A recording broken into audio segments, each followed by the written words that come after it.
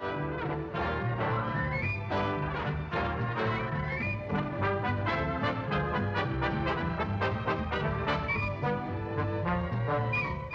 Bachelor Father, starring John Forsythe.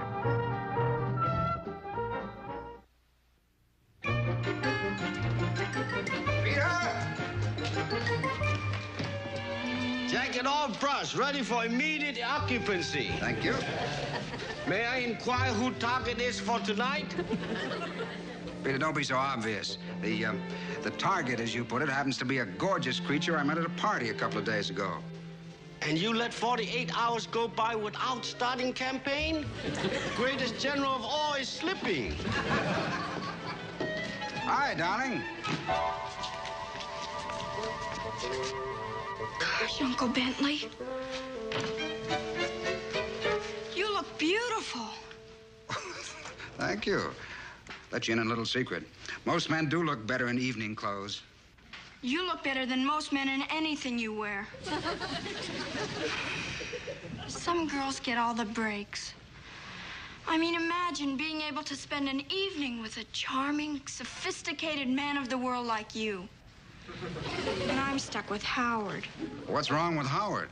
Answer to that question could take a week with diagrams. There's nothing really wrong with Howard. It's just that he's sort of immature. I keep telling him he lacks your polish, your finesse. But, darling, there is a difference in our ages, our experience. One is never too young to be mature. You keep telling that to Howard, too? Yes, but it just doesn't seem to do any good. I guess he'll never learn. Now, what can she want from me? Just gave her a cost of living increase in her allowance. What can it be now? She's too young for mink and too old for bicycles. Hi, Howard. Hi, Peter. Would you tell Kelly? Good evening, Mr. Gregg. Hello, Howard. Peter, would you be good enough to tell Miss Gregg that I'm here?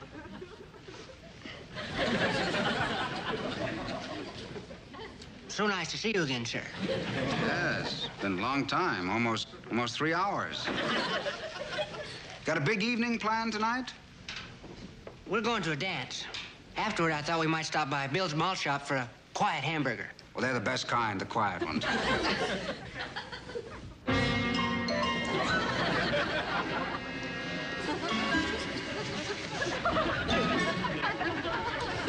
What are you doing tonight, Mr. Gregg? A couple of friends coming by to pick me up, and we'll have a cocktail, and then down to the Coconut Grove to the Ambassador for dinner. Oh, yes. Good old Coconut Grove. Haven't been there in years. Didn't know you'd ever been there. I haven't. Well, you just said that you... Well, I mean, it's been years since I haven't been there. How would you ever feel like you're going into orbit? Huh?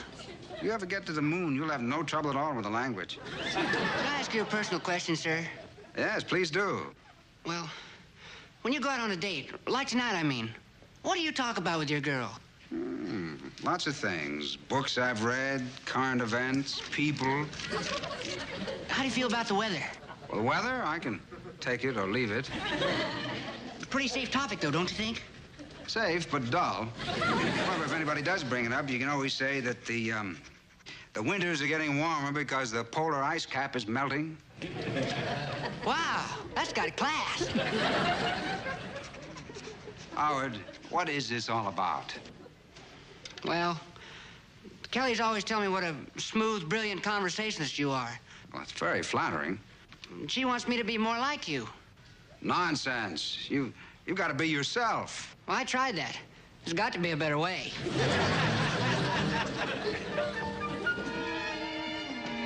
Ah, there she is, that delicious sprig of lilac, that femme fatale, Miss Kelly Gray. Fatale, F-A-T-A-L-E. Howard, you're wearing tennis shoes. Of course. We're going to a dance. My feet gotta breathe. But you can't wear a suit like that with sneakers. Now look at Uncle Bentley's shoes. They go with his outfit. See what I mean? Ah, greetings, Stand John. by, my boy. Harry. Yes, you. Louise, nice to have you here. Thank you, Bentley. Come on in and light up the room with your carefree smile. Got it. Carefree smile. You know my niece, Kelly. And, darling, this is Miss Louise Carson, my niece, Kelly. Hello, Kelly. And this debonair man about town is Howard Beecham. Hello. How do you do?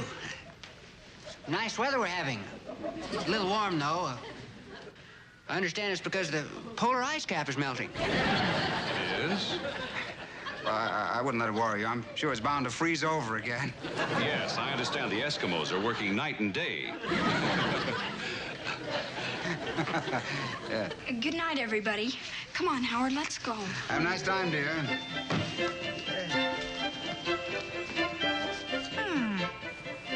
Howard, aren't you forgetting something?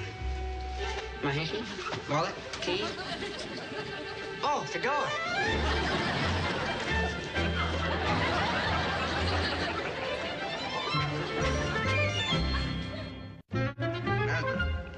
Did you have a good time last night?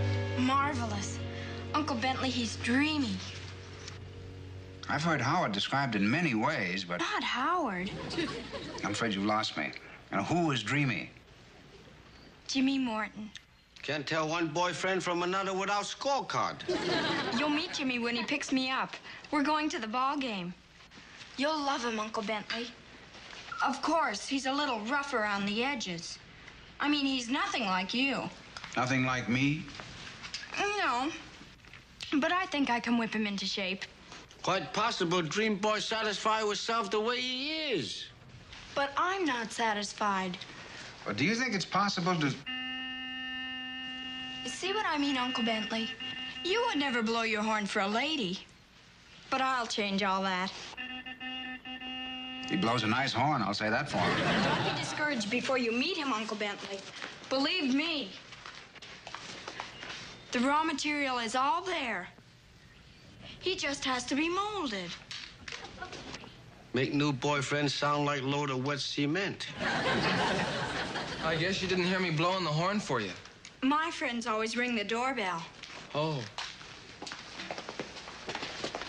Uncle Bentley, this is Jimmy Morton. Hi, Jimmy. Hi, Mr. Gregg. And Jimmy, this is Peter. Hi, Peter. You eaten yet? About 10 minutes ago.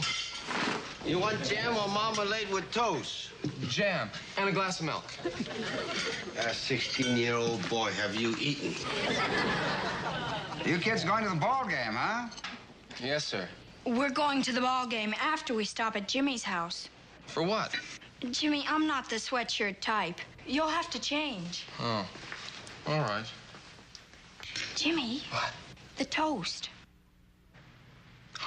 You want some? You're supposed to break it up before you spread it. Oh, why? It's easier with my teeth.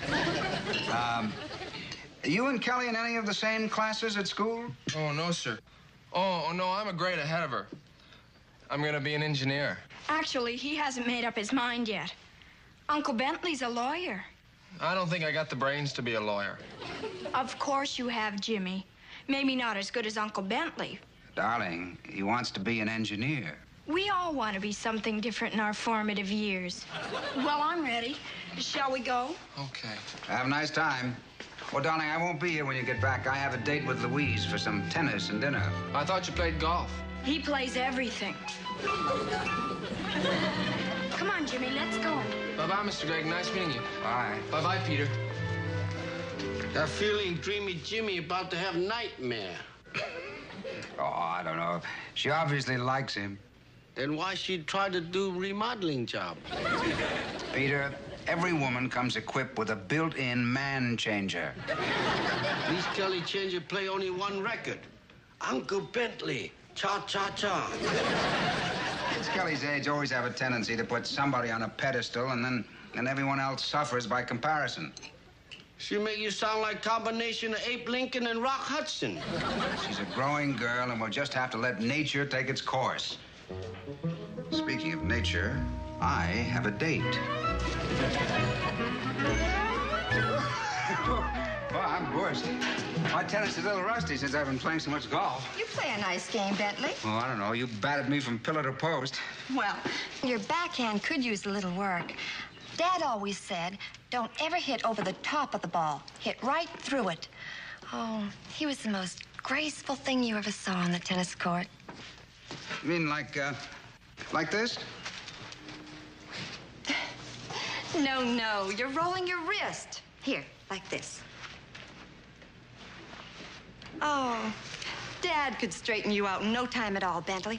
He was the most marvelous teacher, had some wonderful ideas. Louise, as far as I'm concerned, I'm looking at the best idea your father ever had. Louise, I never thought anything could surpass the sparkle of champagne until I looked into your eyes. Bentley, you always say the right thing. I try very hard. I was always told to beware of men who said the right thing at the right time. Dad?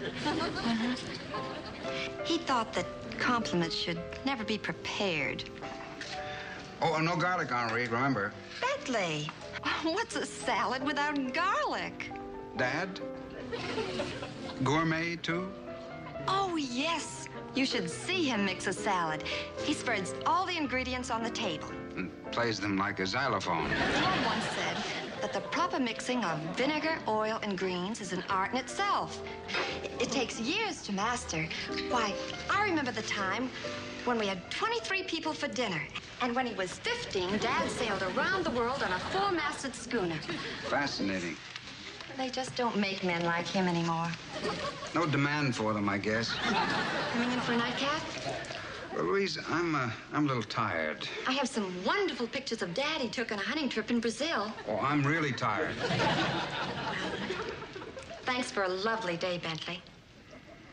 You, have my phone number. Yes, I've got it. You will call, won't you? Of course. When? Maybe on Father's Day. Good night. All right.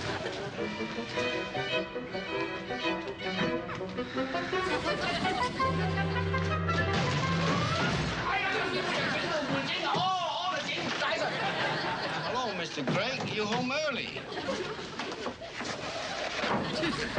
Peter, I've just spent 8 of the most miserable, boring hours of my life with one of the most beautiful girls in this town.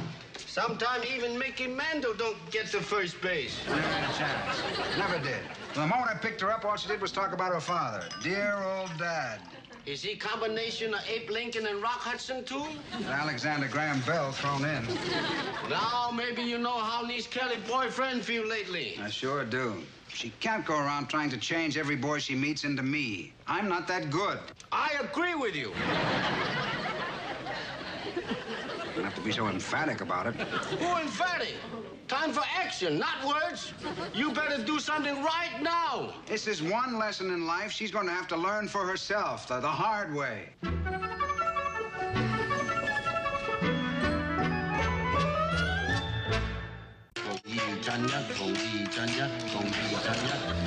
Answer y squared equals x minus 7. X minus 7. Yeah, Boy, that's right on the button. With one of these and a slide rule, I could breeze through my engineering courses at college. Are you still on that engineering kick? Well, it's a great profession. How many famous engineers can you name right now? Well, there's, Almost all the successful people are lawyers. Like who? Well, there's Oliver Wendell Holmes, Chief Justice Warren, Uncle Bentley. What do you think? Pretty sharp, huh? Oh, I suppose so, if you like that sort of thing. All the guys wear them. Uncle Bentley says that's what's wrong with our generation. Everybody tries to be exactly like everyone else. He calls it the herd instinct. Ken, I only bought this thing because you said Come on. We still have time to get your money back before the store closes.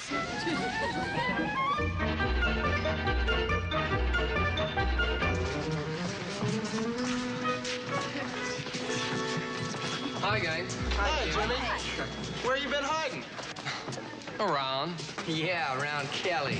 You, the original bird dog, finally on a leash. And dig those threads. The next thing you know, he'll be coming to school in a tuxedo. I don't see anything wrong if a boy wants to dress up once in a while to please a girl. That's a real sharp haircut, Jim. Hey, it kind of makes you look like Kelly's uncle. If that's what going steady does to a guy, I'd rather be unsteady. Listen, I'll comb my hair any way I want to. Well, you don't have to flip about it. We believe you, Jimmy. You're lucky. Imagine the trouble you'd be in if Kelly's uncle was bald.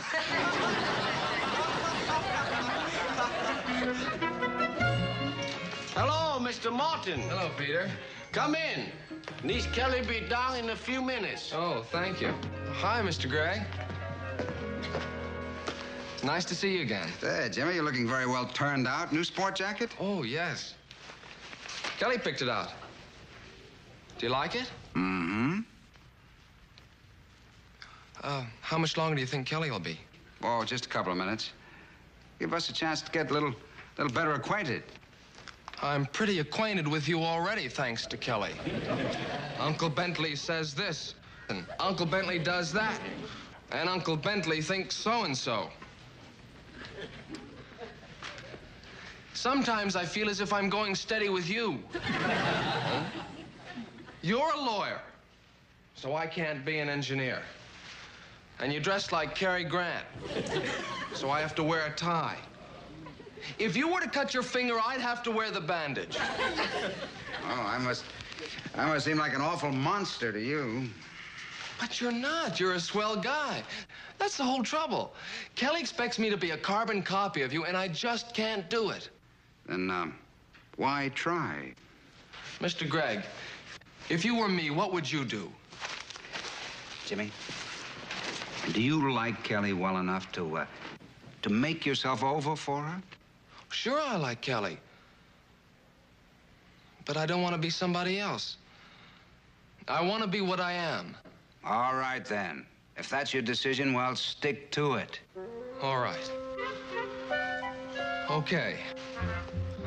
I'm tired of being brainwashed. No time like the present.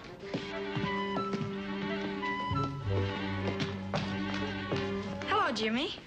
Hi. Well? Oh, you look great. I mean, charming. Well, if you kids are going to get to that horror movie, you'd better hurry. Oh, we're not going to the movies. I've changed plans, Uncle Bentley. The whole gang is getting together at Tommy's house. He just blew a whole month's allowance on new records. Come on, Jimmy.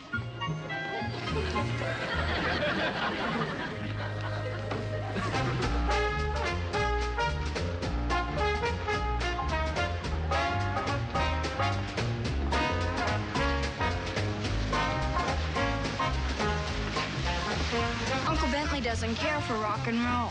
I agree, don't you? Sure. Kelly, I need your help. I'm trying a new hairdo, and I simply can't get it to sit right in the back. Look. I'll see what I can do, Ginger. Excuse me, Jimmy. I'll be right back. Don't move.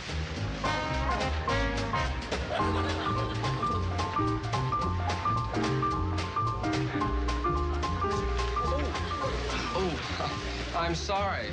Excuse me. You're Jimmy Martin. I'm Barbara Kaler, Tom's cousin. Oh, hi. Don't you dance? Sure. Hey, you're terrific. I am? How come I never met you before? We just moved here from Cleveland. Maybe I'll be in one of your classes. Maybe. I want to be a language teacher. How about you? Well, I was pretty set on engineering myself. Now I'm not so sure. Do you mean you lost interest? Oh, no. It's just that some people think I ought to be a lawyer. Well, do you want to be a lawyer? Not as much as I want to be an engineer. Well, then why should you change? Then why should I?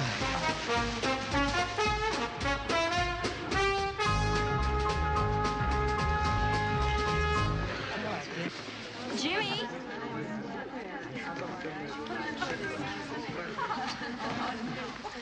Jimmy? The music's over.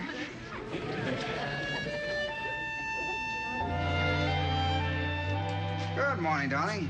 Good morning, Uncle Ben. Peter, what's on the menu? From law school to the White House. A stirring account of the life and times of Chester A. Arthur? I borrowed it from the library for Jimmy. It's very inspirational. Mm-hmm. How is my friend Jimmy? Oh, he's a problem now and then. But I've learned how to handle him. He knows better than that. Oh, well, I suppose I can't solve everything at once. This way, Jimmy. You'll hardly recognize Jimmy. He's so changed. Morning, everybody. Pretty big change. From Jimmy to Howard in 10 easy lessons. How are you, Howard? Oh, fine, Mr. Gregg. I figured you might want to ride to school, Kelly. Oh, that's sweet, Howard, but Jimmy's picking me up. Jimmy? Are you sure about that? Of course. That's funny. I just passed him on the way over. He was heading the other direction. Well, he must have stopped for gas or something. No, he was headed toward school with Tom's cousin, Barbara Kaler. But he can't. What'd I say? What'd I say? That's all right, Howard. You run along. I'll drive Kelly to school. How could he do a thing like that? I'll be the laughingstock of school. Barbara Kaler, she only met him yesterday. She hardly even knows him. Well, honey, apparently she knows him well enough to let him be himself. Oh, don't you see? You've got to accept people for what they are. You can't make them over into someone else. And even if you do make them over, why, you've destroyed the very thing that attracted you to them in the first place. Honey, don't you see that?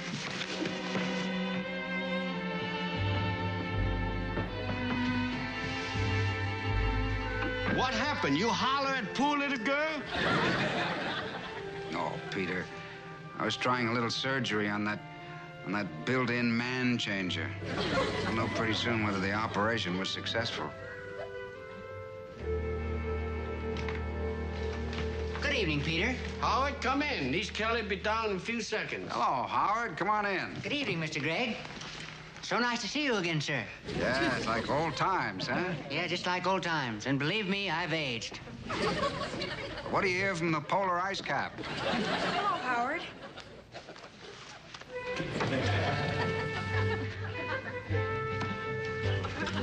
Kelly, you look like a breath of spring. Well, your smile lights up the dark corners of the room. Howard, what's with this cornball routine? Cornball? What? Everything I am today. Suave, sophisticated, and authority on the weather. I owe to your uncle. Why is it every boy I know is determined to be exactly like someone else? It must be the herd instinct. You said... Howard, be yourself. What good is a carbon copy of anyone?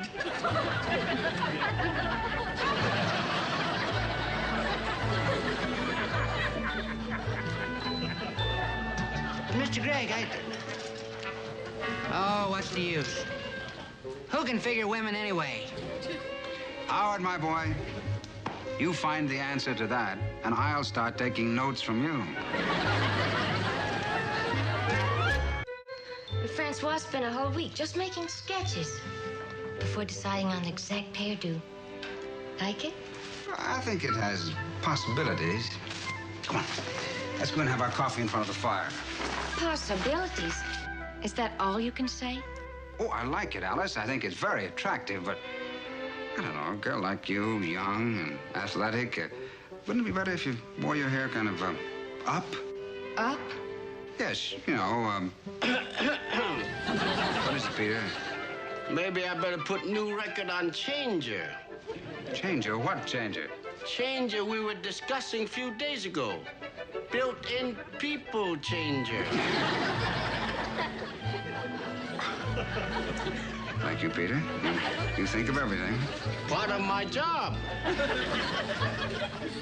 You were saying about my hairdo, Bentley. Yes. Have I ever told you, Alice, my theory about the polar ice cap?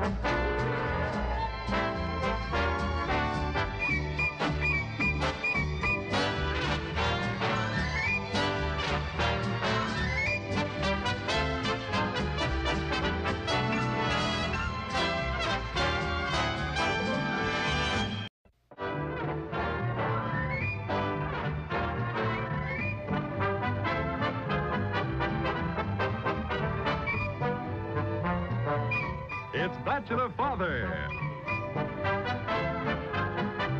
Starring John Forsythe.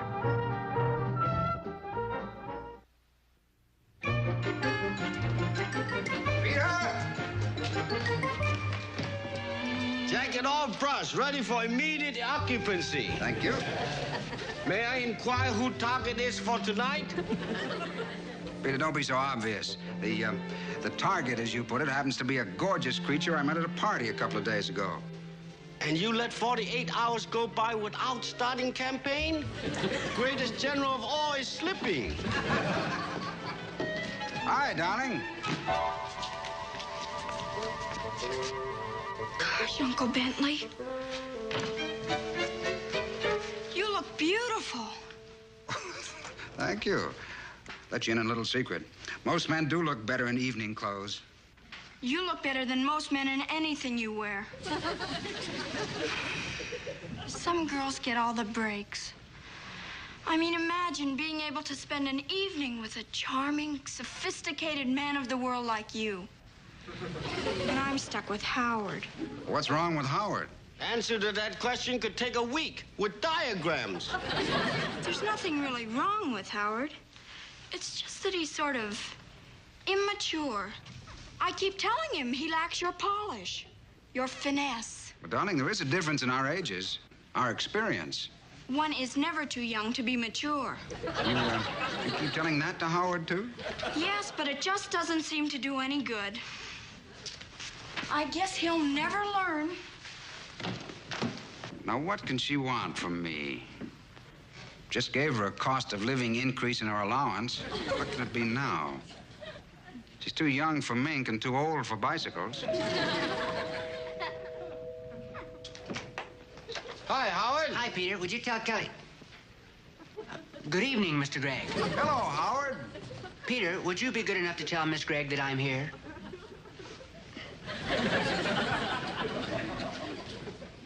So nice to see you again, sir. Yes.